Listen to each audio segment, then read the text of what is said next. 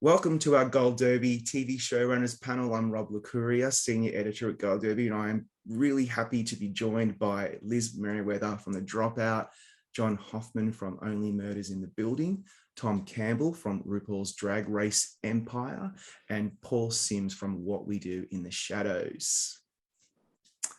Welcome, everybody.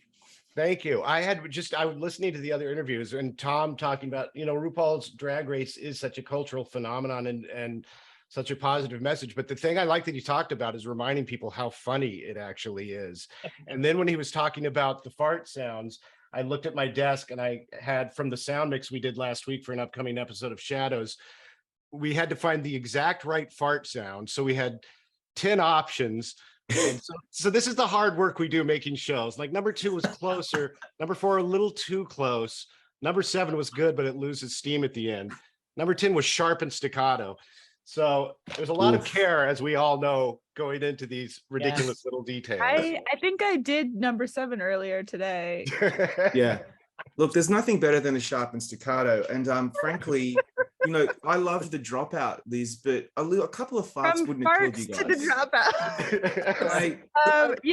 Yeah. I mean, I'm such a lover of fart jokes and fart sounds. I mean, I like it. Doing The Dropout was really challenging for me because I do in my soul of souls, I just want to be kind of doing shows where people are like falling off ladders and stuff. So it was a lot of work for me to not put fart sounds in. Well, I have an interesting question for Liz. I think I did just because a friend of mine was working. I knew some people who were working on Boardwalk Empire, and I co-wrote an episode of that and was in the room a little bit. And that was my only experience ever doing drama. And as a person who does comedy, I was like, I don't know when a scene is good or not. Like in comedy, I know, like, okay, there's laughs and there's a conflict. And You're all nodding. In a drama thing, I was like, is this good? Does it work? I have no idea. That must have been somewhat daunting, Liz. It was so daunting, and that's exactly right. I will say, when I was running the drama room, I was like, why is everyone like being so nice and like laughing at all my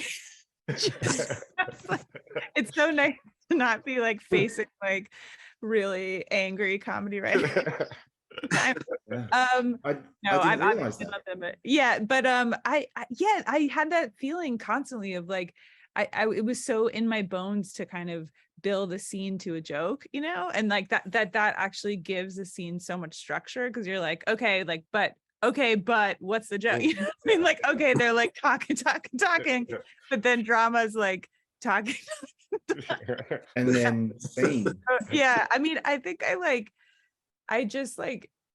there's too many scenes where people are like eating, because I think I just put food in instead of characters, and I was like very pregnant, so maybe that was it. But yeah, no, it was really strange, Paul. It wasn't until it kind of like got the scenes to their feet that I was like, I don't know, like I was like, oh, that scene I guess is doing what it needs to do for the plot, I guess. Like the plot is really that thing. You guys are differentiating between comedy and drama. I want to introduce high camp, because I feel like I've lost my sensitivity to comedy and drama. It has to be campy or I don't even feel it. I don't even know it happened. Yeah, it just goes and it's always, oh, that's just camp. And to me, again, and I'm not saying I'm right about this, people, but like we did on All Stars this summer, we did the first spoken word lip sync, and it was to the speech that Julia Sugarbaker gives about Delta, and that's the night the lights went out in Georgia. If you don't know, Google it. And and everyone's like, I'm like, that is exactly like. Anyway, I don't see the difference between that and Shakespeare. I don't. It was a long time coming, by the way, on that, Tom. I've been waiting for something like that, and it fulfilled. And I will also say this about I think somehow, Rob, this panel is set up very much to like cover all bases of camp, comedy, drama. Like, it's crazy to me that we all, I mean, and farts. Let's face it, challenged by Tom in that way. So I'm like, okay. And then, we've got elevators. So I don't know how we haven't done farts in an elevator, but I know. Like you're working on season 3, so I was Just- like, I feel like the Dropout has some camp in it, Tom. I don't know. Like, I feel like I don't know. Just like, I don't know if you've seen it. I'm but not excluding you. I lipstick. just think it needs that extra something, like that hot sauce. Yeah, It's like yeah, I carry it yeah, in my yeah. purse. I got Yeah. some hot sauce. Somehow I I have a disgusting elevator plot, which I can't imagine has never happened before. And again, you can cut this out. But as I get older, sometimes I need to be near a restroom. And I always think when someone gets caught in an elevator, what do you do? what What do you do? What do you do? We're only I'm not human. going to mention Start with farting, and we think about that for the next. Well, that one, I'm just gonna put that one right up on the board. Hot in the elevator, guys, need these are all free. restroom. I'm here anytime you guys need me. Thank I'm here you. Tuesdays and Thursdays. I mean, that maybe that's a good way of getting rescued quicker if you just yell out like, "I've got a shit." I had a lot of coffee this morning. Yeah. So bad. That Indian meal last night was lovely, but come on, people. Like, yeah, I don't know. I don't know. But you know what? Actually, what you're all saying is so true, because tone, I'm the boring one here now, but tone is actually super important, because with the Dropout, I'm always like wondering where you're headed. Are we going to relate to her? Is she a demon? RuPaul's Drag Race, there's one moment where we're tearing up because someone's coming out as trans, and then a moment where they're just ripping people to shreds on the runway. On Only Murders in the Building, there are moments where we are literally just on the edge of our seat because it's so beautiful, and there are moments where Martin Short is just being Martin Short. And then of course on What We Do in the Shadows, it's about old vampires who just demolish people, and then the next moment we're like loving Caven, who's falling in love with a lesbian at a wellness center or at a gym. So it's like, how do you manage that? Who would love to talk me through that first? Because that tone dance is very difficult to get right. I think John and Liz have the hardest of the people here, have the hardest job, because both of those, Liz is in a sense is a mystery, even though we already know the story, and John's is a actual mystery, and you can't fake your way through that stuff. You can tap dance around and fake your way through comedy, but a mystery has to withhold stuff, reveal stuff that's logic. You have to get to the end and have people go, oh, and not get to the end and people go like, what the fuck? That doesn't make sense. And I think that's what the Dropout also did, sort of, is there is a suspense that holds you through the whole thing. And like I said, that's a great achievement of it, is that having seen the documentary and even read the book, or one of the books, I was still like, what's going to happen next, which is basically all you ever want in a TV show. But I totally disagree, because I don't think you can fake your way through comedy. Like I think comedy is like the really fucking hard. And I think like it's just not like, you know, it's impossible to. Also, it's like one of the hardest things to write, because it's not really about what's on the page. You know, it's about this like alchemy on set that, like, you know, you have to have what's on the page and then kind of like figure out how to get that moment, you know, which is, it's really hard. So yeah, I mean, you know, but do I think that John and I have worked the hardest? Like, absolutely.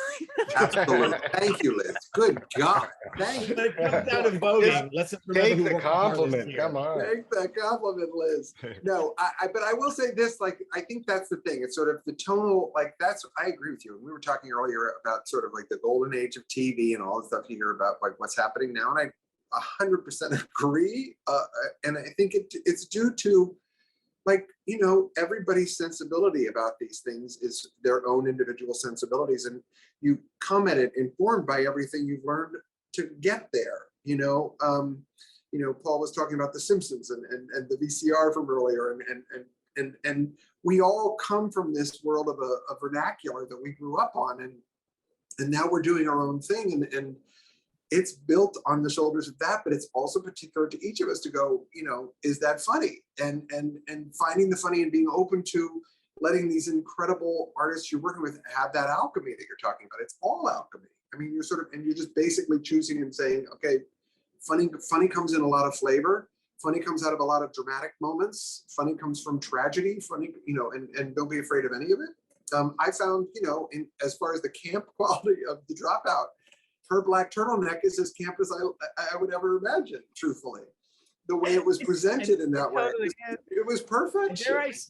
Dare I say, it comes, I think, too, from a respect for the audience. And that's part of this golden age of television, that we get to do so many things. But some of these things in past permeations of cable and network wouldn't be able to have seen or be done, or wouldn't have been qualified as a hit. And, I know with Drag Race, we assume people are hip, that they watch this. Again, it's not just a show for LGBTQ people. It's for people who kind of like get it, who are in on the joke, who don't take life too seriously, who can, and who can go from laughing, and crying within minutes. And it's just, I don't know, it's how they're wired. But 1,000 years ago, I worked in daytime, which was the hardest job I ever have. I have such total respect for everybody who works in daytime. But there was one producer in particular, doesn't matter who sort of said, well, your average lady at home is missing a tooth. She's got one breast, I guess, if you're going to like average her down. But they just, the idea of looking down at your audience never has turned me on. It's always the other way around. I'd much rather fail, not being too smart for the room, but just respecting even people in daytime. Women have watched more television than you ever will. So it's like, it's just, it's respecting the audience and giving them what they deserve and what they want. Speaking of the wide audience Drag Race has, Tom, I don't know if you were responsible for it, but someone there approved letting us use a clip from RuPaul's Drag Race on What We Do in the Shadows, when Taika's character, one of the vampires, is sending a videotaped message and saying, please don't, this isn't taping over RuPaul's Drag Race, is it? And then later we see a little clip from it. So if that was you, thank you. We're huge fans. I love the cross-pollination. It's so cool. Yes, I can't say, but in future seasons, there might be some cross-pollination of casts of some of these shows, and I can't say who or where, but look, I'm excited. Keep your eyes peeled to Gold Derby for the answers. Absolutely, we'll have the scoop. My final question before we run out of time is one that I always ask on panels, and that's your favorite film or TV show that you've watched 1,000 times, that you love, that's inspired you, and why. For me, Silence of the Lambs, I was 11 years old, a girl from my drama class. I really had the hots for her. The only way I was going to get her to sit next to me was to sit with her in the cinema and watch Silence of the Lambs together. I was only 11. I can't believe I'm still not in therapy over watching that when I was so young. I think I've seen it 100 times. It's my favorite film of all time. So who would like to regale us with your favorite film or TV show and why? Well, just so I can be done first and not have to think about my answer. TV show, the Bob Newhart show, and Newhart, the follow-up. I just think that is just what is everything to me as far as comedy goes. And then movie-wise, I coincidentally and ironically or whateverly, I would say The Jerk, Steve Martin's movie The Jerk. So I'm really jealous that John has that job. And come over anytime. All right, I'll come over sometime. Is that Paramount? I will say favorite movie is Grease, which cost me. I went to Harvard, and my freshman year I wanted to be part of a film symposium, like special class, and that cost me getting in. It goes, what movie have you seen more than once? Like 1981, I'm like, Grease. And I thought, but what I realized, I recently saw a documentary about Alan Carr, who produced Grease, who again was another guy who he was so gay. He came out of the womb gay, like he couldn't hide how gay he was. And he had incredible success on Broadway, and he had incredible success in Hollywood. But then he did the Oscars that were with the one with the and he was shamed the day afterwards with a full ad. And it's, to me, this is how it's like, okay, you can be that gay, but not that gay, like tone it down. But I realized in watching the Alan Carr documentary that Grease is through his eyes. It is a gay boy's idea of what high school would be like, and what boys and girls would be like, and necking would be like, and the prom would be like. And I realized all these years later, after watching it 1,000 times, that Grease is for everyone, but for me it was through gay eyes, and it was romanticized in a way. And just for television, so I'll say Mary Tyler Moore for all the obvious reasons. Although I grew up watching television, so that's all I did. So anyway. Yeah. What about you, John? So this is why the panel, I feel the kinship, but it's genuinely, I make no secret of the Mary Tyler Moore Show. For me, I watched every episode of it in the first season while writing it to calm myself down from trying to make a show in the pandemic and everything, but 2 episodes a night, all 7 seasons. And what was great about it was watching them learn themselves and feeling the mystique go away in some way too, from watching people sort of find a show and take their time to find it and find the things that you remembered and what makes it revered, and the combination of all of it was incredible to me. But so that one sung, and Jim Brooks and everyone else involved in that, sort of anything they made, I was hooked. But I don't know. I think the movie, and it makes kind of sense, I think, for the show that I'm doing right now, which is the movie that was seminal for me was All That Jazz. I was, kind of bowled over by like the extension of the sort of memoirish sort of intensity of it, and the wild imagination at play, and holding together a really fascinating structure. Wow, that's a good one. Liz, you get our final say. Oh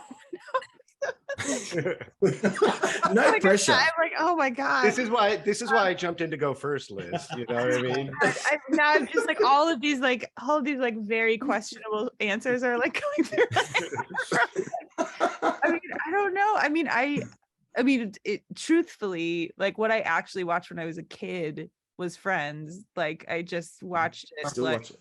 Yeah, I mean, I just inhaled it, and I loved the love stories and the someone's like, dressed up like a turkey. Yeah. But yeah, I mean, and I think like that was like that idea of like just a world that you want to be in, like, the group of people that you want to be in with. I mean, then it was like years later, I was like, okay, like that's not New York, and everyone's white. But it's a great show. But it definitely, I wish I had like a cool answer. I think it's cool. I support you. Yeah, I think Grease and The Jerk aren't particularly cool answers. No, yeah, So we're not cool people here. I mean, they're Liz. good answers, but they're not it's not like Rashomon or something. Yeah, I so that- remember like I watching The Jerk and being like, why is there no plot? I was like very, I didn't get it. I was like, yeah. And then a movie, I don't know. I mean, yeah. Friends the movie. Yes, the Friends I reunion. was just buying you some time. I'm just buying you some time. No. All right, Liz, It's how okay. about No. let's make it what's a movie that if it comes on when you're Like- flipping through the channels, you'll just keep watching no matter how many times you see it? Truthfully, my answer is Annie Hall, but I just can't Oh. I can't say any of that. So anyway, Oh. the Well, end. that's like what's problematic. I mean, my favorite show of all time is Roseanne, and my sister and I can recite almost every episode. But apparently, that's problematic now, and I don't really care because I still think it's It genius. was a great show. Great show. Such a good show. Everyone, thank you so much for joining us today on this panel. It's one of my favorites I've ever done. It's been a real pleasure. I love all of your shows, and good luck at the Emmys. We look forward to seeing you all on the red carpet.